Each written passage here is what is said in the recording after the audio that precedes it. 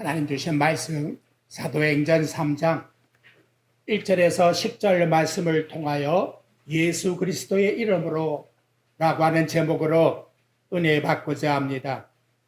오늘 말씀에는 예수님의 제자 베드로와 요한이 나면서부터 걷지 못했던 장애인을 고쳐준 사건이 기록되어 있고, 이는 당시 사람들에게 매우 놀라운 충격이 되었습니다.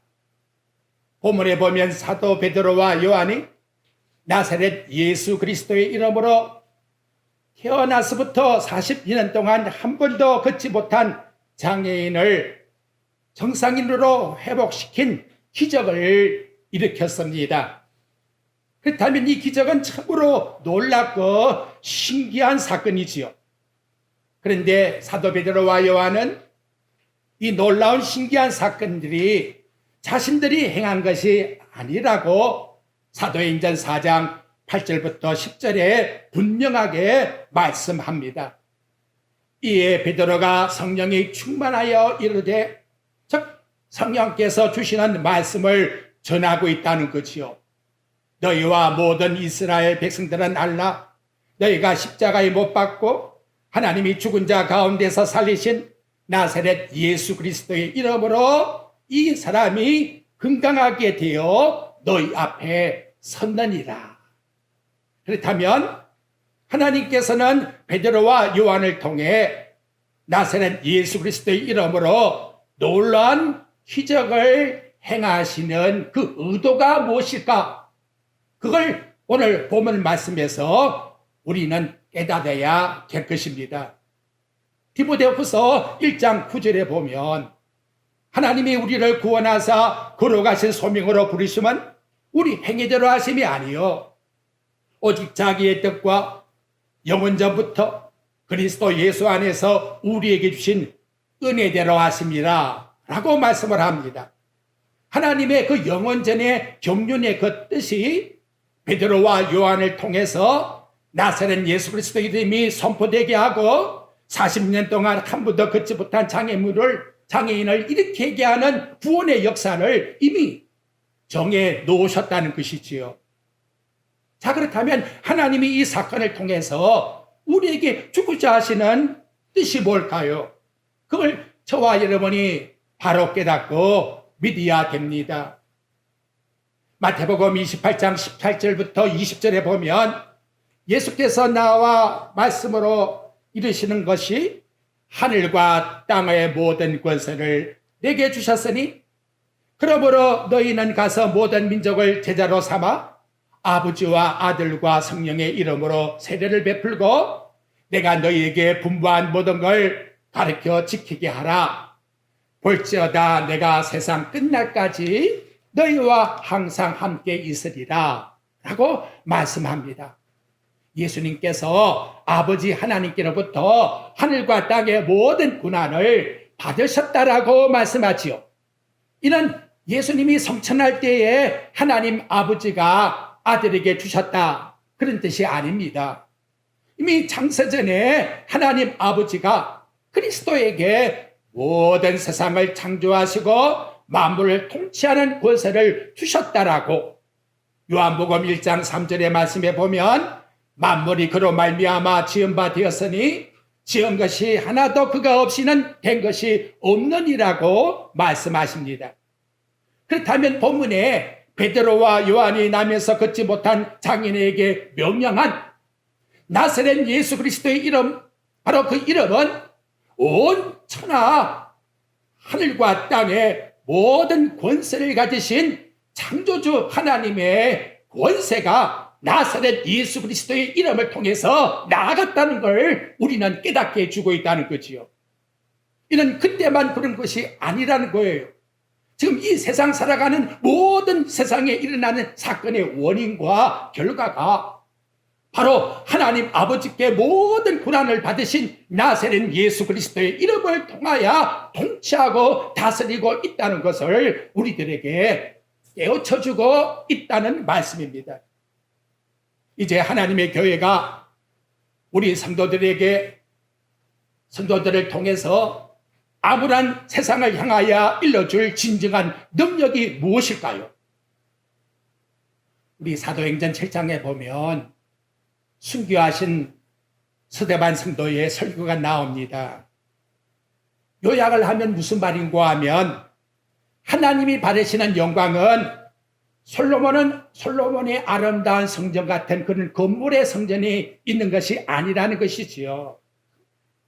선지자들이 의인으로 오시리라 라고 예언한 예수 그리스도 하나님, 그분을 믿는 그 믿음을 통해서 하나님은 영광을 받으시기 때문에 하나님을 성전에다가 가두지 말고 어디서든지 하나님을 찬양할 수 있다고 하니까 유대인들이 그 소리가 듣기 싫어서 스데반 집사를 밖으로 내다가 돌을 쳐서 죽였다는 것이지요. 유대인들의 그 신앙의 무지가 결과에 가서는 엄청난 비극의 사건이 되었다는 것입니다. 여러분, 전에 우리는 이 성경을 볼 때에 어떻게 보았는지요? 성전에 올라갔다. 뭔가가 마음의 성전, 거기에 포커스가 가려 그래요. 미문, 아름다운 문, 또 거기에 또 초점을 들려 그래요. 그리고 제9시에 시간을 정해놓고 기도하는데 거기다가 또 초점을 맞추려고 해요. 저는 오늘 그 사건을 완전히 바꾸어서 설교를 드리려고 합니다. 여러분이 성경 말씀을 주시하게 한번 생각하면서 넘어가 보십시오. 첫째 생각할 것은 지금 베드로와 요한이 말하고 있는 이 성전은 예수님이 얼마 전에 저주한 성전이라는 거예요. 복받는 성전이 아니라 저주받은 성전이라는 거예요. 여러분들이 마태복음 24장 1절과 2절에 가보십시오. 예수께서 성전에 나와 가실 때에 제자들이 성전 건물을 가리켜 보이려고 나오니 성전이 얼마나 아름다우면 제자들이 그냥 예수님의 눈길을 그 성전에 보이려고 데리고 나왔다는 거지요. 예수님이 뭐라고 대답하시지요? 너희가 이 모든 걸 보지 못하느냐? 내가 진실로 너희에게 이르노니 돌 하나도 돌 위에 남지 아니하고 다 무너지리라. 그렇다면 여러분, 이 성전은 얼마나 있으면 예수님이 저주하신 말씀처럼 돌 하나도 돌 위에 남지 않고 다 무너질 건물이라는 걸 생각할 수 있지요. 그러므로 여러분, 베드로와 요한이 성전에 올라가서 기도한 그 성전에 어떤 공력이 있어서 기적이 일어났고 그것이 무언가가 하나님이 받으셔서 사건의 기적의 동기를 일으킨 것이 전혀 아니라는 거예요. 여러분, 정반대의 내용입니다. 예수님이 마지막 성전에 올라갔을 때에 하나님은 누굴 통해서 성전을 찬양을 받습니까? 영광을 받으시죠?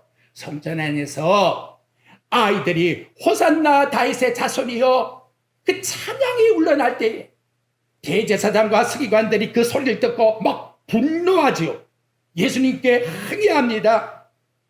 바로 그곳에 여러분, 이제 시간이 지났는데 무슨 찬양이 있겠나 이 말이에요.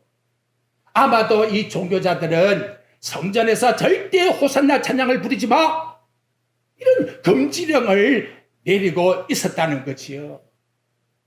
베드로와 요한이 올라간 그 성전은 종교적으로 타락한 강도의 소굴이요, 그리고 하나님께서 멸망시킬 종말의 신화를 기다리고 있는 건물이었다는 거지요. 그렇다면 베드로 요한이 이 성전에 올라가서 어떤 기도를 했겠나 이 말이에요. 우리 정반대로 한번 생각해 보십시오. 성전, 미문 그런 데다가 초점을 맞추지 말고 이 성전은 무너질 성전이요, 하나님이 심판받을 성전인데 베드로 요한은 올라가서 하나님 앞에 시간을 정해놓고 기도할 때 무슨 기도를 드렸겠나 그 말이에요. 하나님, 여기에서 뭐가 나사렛 예수 그리스도의 이름이 좀 선포되게 해주옵소서. 예수 그리스도의 이름이 나타나게 해주옵소서. 그 성령의 충만함으로 부러진다는 찬양이 여기서 나오게 해주옵소서. 얼마나 간절한 마음을 가지고 이 말씀을 구했겠나라는 거지요.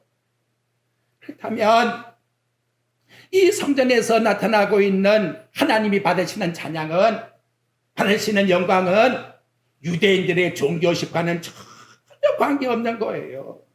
하나님이 요구하시는 그 영광과 찬양을 받기 위해서 우리 하나님이 베드로와 요한을 통하여 안전배기를 일으켰다는 거예요. 40년 동안 사람에게 들려가지고 그 미문 앞에서 동전 몇 번 구하는 그 얼마나 안타까운 애걸하는 모습이겠습니까? 근데 이 사람을 통해서 하나님의 영광을 받았다. 이 사람이 온전히 나음을 받으니까 성전에 들어가서 어떻게 했다고요? 거기 말씀의 내용에 보니까 그 기도하며 찬양을 하나님께 드렸다. 여러분, 어떤 찬양을 하나님께 드렸습니까? 제가 볼 때에는 나사렛 예수 그리스도의 이름으로 일어나 걸으라 했으니 그것이 얼마나 자기 심령 속에 신앙의 고백이 되었습니다. 그래서 암울한 그 성전 안에, 당도의 솔 같은 그 안에 나사렛 예수 그리스도의 이름이 나타나고 찬양하게 되었다는 것이요. 그걸 통해서 우리 하나님께서는 영광을 받으셨다라고 오늘 우리에게 말씀을 통해서 나타내주고 있는 것입니다. 하나님이 하나님의 교회를 통해서 뭘 요구할까요? 하나님이 우리 성도를 통해서 어떤 소리 듣기를 요구할까요? 다윗은 이걸 너무나 잘 알고 있었어요. 그래서 시편 8장에 말하지요. 여호와 우리 주여, 주님, 주의 이름이 온 땅에 가득하나이다. 주의 이름이 온 땅에 가득하는 것을 저는 찬양하기를 원합니다. 이 찬양을 하나님께 드리는 것이 내 인간이 살아있는 존재의 목적입니다. 그래서 입술에서 주의 이름을 드러내기를 간절히 원했다는 것이지요. 사도 바울은 이 뜻을 잘 알고 계셨습니다. 그래서 고린도전서 2장 1절 이하에서 다음과 같이 말씀합니다. 형제들아, 내가 너에게 나아가 하나님을 증거할 때에 말과 지혜의 아름다운 것으로 아니하였나니 내가 너희 중에 예수 그리스도와 그의 십자가에 못 박힌 것 외에는 아무것도 알지 아니하기로 작정해놓으라. 그렇게 하는 이유가 뭐냐? 고린도전서 2장 4절과 5절에 말씀합니다. 내 말과 내 전도함이 설득력 있는 지혜의 말로 하지 아니하고 다만 성령 나타나심과 능력으로 하여 너희 믿음이, 우리 가진 믿음이 사람의 지혜를 통해서 나온 것이 전혀 아니요 다만 하나님의 능력, 십자가의 능력, 예수 그리스도의 이름, 그 능력을 통해서 드러내는 것이 성령의 역사요, 이것이 하나님이 기뻐하는 뜻이기 때문에 나는 내 입술에서 십자가 외에는 자랑하지 않기로 결심을 했고 작정을 했다라고 이와 같이 말씀을 통해서 드러내고 있다는 것이지요. 성령님이 요구하시는 역사는 인간의 아름다운 미사 요구에 있는 것이 아니에요. 어떤 웅집스럽고 어떤 화려한 그런 가운데 있는 것이 아니에요. 우리 입술에서, 성도의 입술에서 예수님이 하나님이시라고, 남녀노소 빈부귀천 누구를 막론하고 입술에서 예수님 나의 주님이십니다, 감사합니다, 그 소리 한마디 듣기를 우리 하나님이 우리를 통해서 요구하고 계시고, 그 허물한 성전에서 40년 동안 고생하고 있는 이 안전병기를 일으켜서 하나님이 영광을 받고 있다고, 이것이 성령이 요구하시는 하나님의 교회의 모습이요, 오늘 우리들에게 본받아야 될 교훈이라는 것을 우리 하나님의 말씀을 통해서 드러내고 있다는 것입니다. 그래서 오늘 본문 말씀에 나타나고 있는 하나님의 뜻은 나사렛 예수 그리스도 이름이 성전 안이나 성전 밖이나 당시의 유대인들에게는 다 꺼림직했어요. 왜 예수 소리 하느냐고, 그 이유를 어떻게 알 수 있는가 하면 여러분이 사도행전 4장 1절 봐요. 거기 1절 2절에 보면 마귀가 뭘 가장 싫어하는가가 거기 나타나요. 사도들이 백성에게 말할 때에 제사장들과 성전 맡은 이와 사교계인들이 이르러 다 하나가 되어서 뭘 못하게 합니까? 예수 안에 죽은 자의 부활이 있다고 백성을 가르치고 전하는 것을 싫어하여. 이 싫어한다는 말을 현대어 성경에 보니까 격분했다. 현대어 성경에 보면 크게 분기하여 예수 그리스도를 전해주니까 화가 잔뜩 나서 흥분을 감추지 못했다. 지금 이렇게 말하고 있다는 것이지요. 하지만 여러분, 이 기적의 결과가 그 사건을 본 사람들에게는 기함을 여기게 했다는 것. 그래서 베드로가 나아가서 설교를 했어요. 무슨 설교를 했느냐? 이 사람 고친 것은 자신들의 능력이나 경건에서 온 것이 아니라고, 예수 그리스도의 이름에 권세를 가지고 고치겠다고, 그 거룩하고 의로운 생명의 주인 되신 예수님을 너희가 얼마 전에 십자가에 못 박아 죽인 장본인이 아니냐? 그런데 하나님은 그를 부활시켜가지고 온 천하 만물을 통치하고 다스리게 하고 계시니, 너희들은 그 예수를 죽인 너희의 죄악을 회개하고 하나님께 용서를 받고 예수 그리스도의 이름으로 구원을 받아라 라고 설교를 던졌다는 것이죠. 결과가 어떻게 됐을까요? 여러분, 사도행전 4장 4절 한번 봐요. 놀라운 결과가 나왔어요. 우리 한번 읽어봅시다. 시작. 말씀을 들은 사람 중에 믿는 자가 많으니 남자의 수가 약 5천이나 되었더라.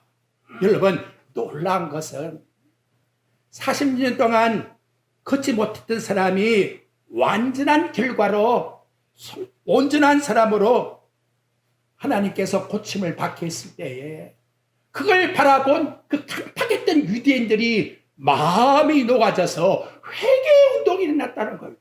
남자만 5천이라면 여자를 포함하고 거기에도 아이들까지 포함한다면 약 2만 명 정도의 놀라운 영적 부흥이 일어나게 되었다라고 성경이 말씀해 주고 있습니다. 성경을 보면 여러분, 사람들이 기적을 체험했기 때문에 예수를 믿게 되었다, 구원받게 되었다 라고 하는 결론은 아닙니다.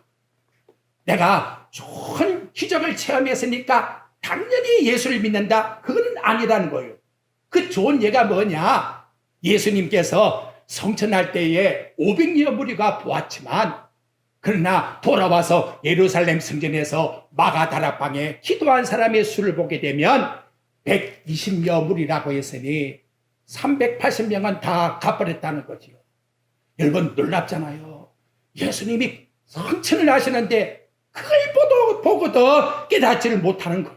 그러니까 우리의 어떤 신비한 체험을 했다고 해서 하나님의 자녀가 되는 것은 아니라는 걸 우리에게 보여주고 있는 것이지요.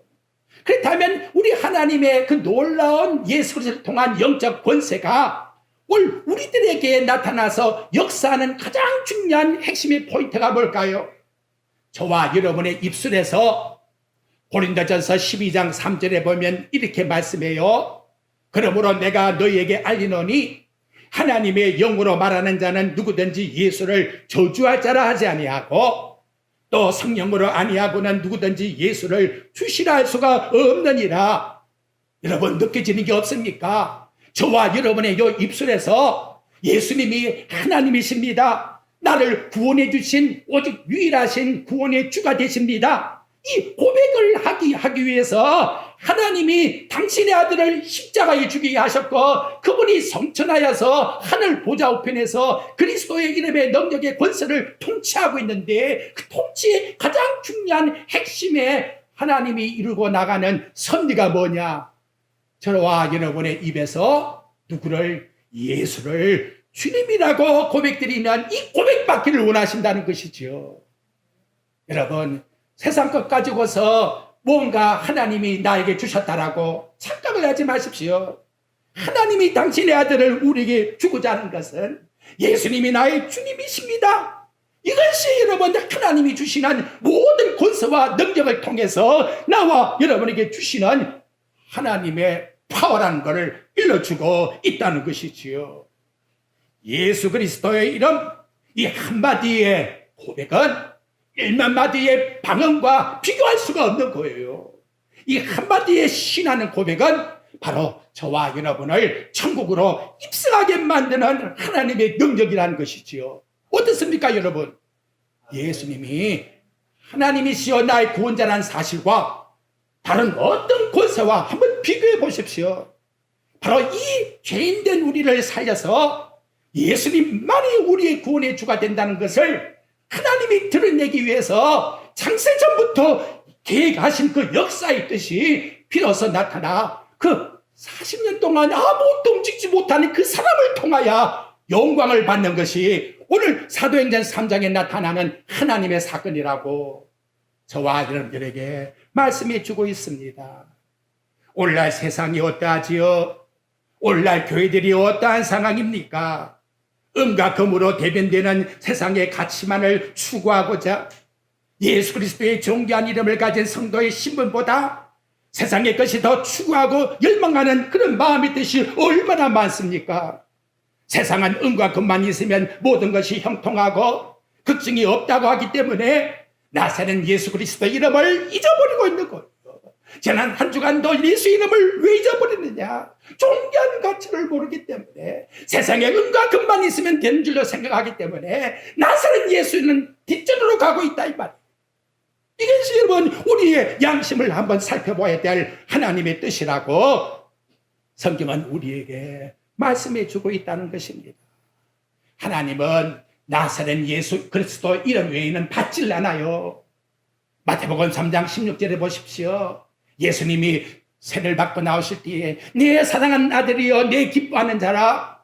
하나님은 우리를 기뻐한 게 아니에요. 우리는 다 하나님 앞에 허물과 죄로 죽었던 죄인들이에요. 하나님이 요구하는 것은 당신의 아들을 통해서 그 아들의 이름이 나타나기를 원하는 것이고 우리는 그 아들을 믿었기 때문에 그로 인하여 하나님이 영광을 받으시고 있다는 것이지요. 그렇다면 이 시간도 음과 금의 추구를 내려놓고 우리 교만을 내려놓고 우리 하나님의 용서와 자비와 사랑과 은혜를 구하십시오. 그래서 오직 예수 그리스도의 이름 이걸 붙잡고 사는 자가 구원받은 성도라고 저와 여러분들에게 말씀을 통해서 드러내고 있는 것입니다. 놀라운 것은 여러분 사도행전을 쭉 읽어가 보십시오. 하나님의 권세가 어떻게 드러나고 있느냐? 바울을 통해서 나사렛 예수 그리스도의 이름으로 명하노니 이것이 드러남으로써 세상에 놀라운 능력이 드러났다는 거지요.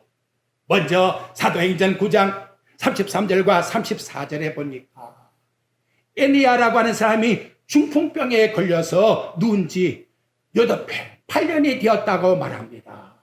베드로가 애니야에게 가서 어떻게 제주를 부려서 낫게 했습니까? 아무것도 없어요. 뭐라고 했느냐? 예수 그리스도께서 너를 낫게 하신다. 예수 그리스도께서 너를 낫게 하신다 할 때에 벌떡 일어났다는 거죠. 이것이 하나님이 원하시는 뜻이라는 거예요. 사도행전 14장 8절부터 10절에 보면 루스드라에 발을 쓰지 못한 한 사람이 있어요. 바울이 가서 그를 어떻게 고쳐주고 있습니까? 그 마음에 구원받을 믿음이 있는 걸 보고 큰 소리로 네 발로 바로 서라. 구원받을 믿음이 뭐예요? 예수 그리스도를 듣고 믿었다는 거죠. 그 속에 능력이 드러났다라고 오늘 우리에게 일러주고 있습니다. 사도행전 16장 12절 말씀에 가보면 빌립보 성에 점치는 귀신이 쫄쫄쫄 따라오지요. 얼마나 귀찮게 했으면 처음부터 고쳐주려고 하는 것이 아닌데 당신은 지극히 높으신 하나님이 종이라고 따라오면서 자꾸 귀찮게 여기니까 바울이 귀신 들린 여종에게 뭐라고 하지요? 음과 금을 줄 테니까 잠잠하라고? 예수 그리스도의 이름으로 네게 명하노니 귀신아 그 속에서 나가라. 즉시 사라져 버렸다는 것이지요. 이걸 알기 때문에 바울은 고린도전서 1장 17절과 18절의 말씀이에요. 내가 너희에게 가서 세례를 베풀고자 하는 게 전혀 아니었다. 세례의 목적이 아니었다. 내가 너희에게 가서 아름다운 말로 지혜로하지 아니했다. 이유는 뭐냐? 그리스도의 십자가가 헛되게 될까 봐. 교회가 왜 무기력해집니까? 왜 힘이 없습니까? 저와 여러분에게 있어서 신앙의 믿음이 독수리가 앙망하여 올라간 같이 올라가질 못합니까? 내 속에서 내 것만 찾지 예수 그리스도 이름을 발산시키지 아니하니까 내 힘의 생명이요 능력이요 원천이요 그분이 없이는 나는 아무것도 존재할 수 없다라고 완전히 예수 그리스도의 이름 앞에 복종하십시오. 이 겸손이 우리를 능력으로 드러내게 하는 것이고 그 다음에 모든 존재가 그분의 능력 속에서 저와 여러분을 통치하게 한다는 것을 오늘 본문의 말씀 통해야 나타내고 있다는 것이지요. 그렇다면 여러분, 세상의 복도, 세상의 형통도, 우리 심령의 평안도, 위로함도 교회의 크기나 분량이나 모인 수에 있는 것이 아니에요. 아름다운 곡자가 울려 퍼지니까 그게 있는 손질에 있는 게 아니에요.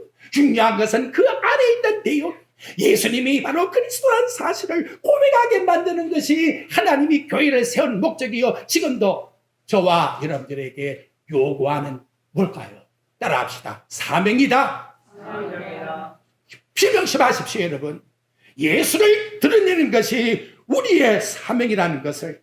그래서 성도의 능력은 은과 금에 추구함이 있는 것이 아니라 이 세상의 가장 재물이 죄로 말미암아 마비된 그 사람을 온전케 할 수 있는 치유의 능력이 되는 것이 아니, 우리에게 가장 중요한 것은 예수 그리스도의 그 이름이 불능한 자를 걷게 하였고 뛰게 하였고 하나님을 찬미하게 해서 그 당시에 예루살렘의 그 암흑했던 성전 속에 하나님은 그 안전뱅이가 일어나 외치는 예수의 손을 통하여 영광을 받으셨다라고 이와 같이 우리에게 사도행전을 통해서 나타내고 있습니다.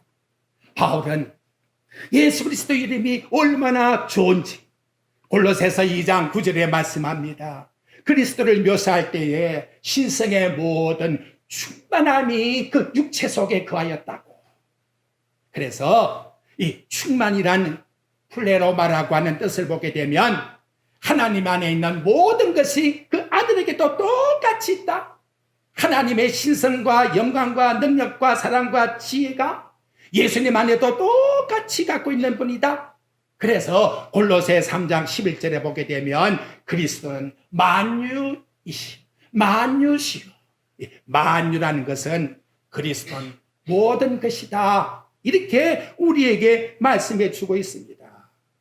여러분, 이 세상 무료한 사람에게는 능력을 필요로 하겠지요. 병든 사람은 치유함을 필요로 하겠지요. 절망에 있는 사람들은 희망을 요구하겠지요. 배고픈 사람에게는 빵이 필요하지요.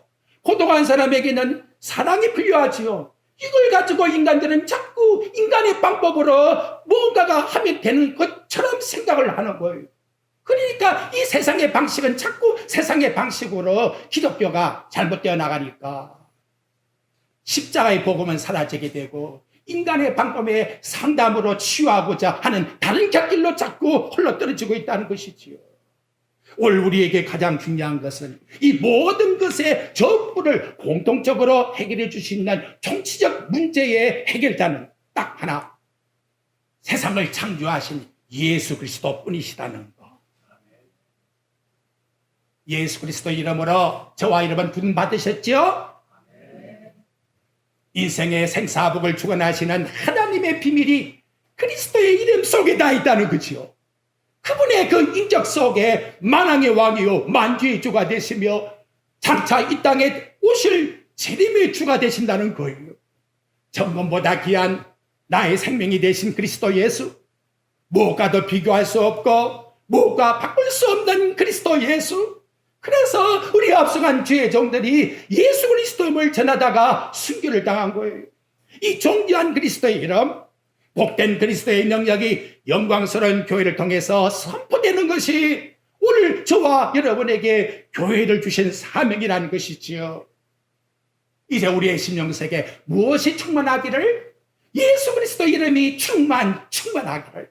그래서 자다가 또 탁 건드리면 예수 그리스도 이름이 입에서 탁 나오는, 정말 그리스도 이름 없이는 살아갈 수가 없다고 하는 성령의 충만 속에서 세상을 이기고 모든 삶을 넉넉히 승리하는, 그래서 예수 그리스도의 이름을 가지고 영원한 천국에 입성하는 저와 여러분이 꼭 되시기를 주님의 이름으로 축복드립니다.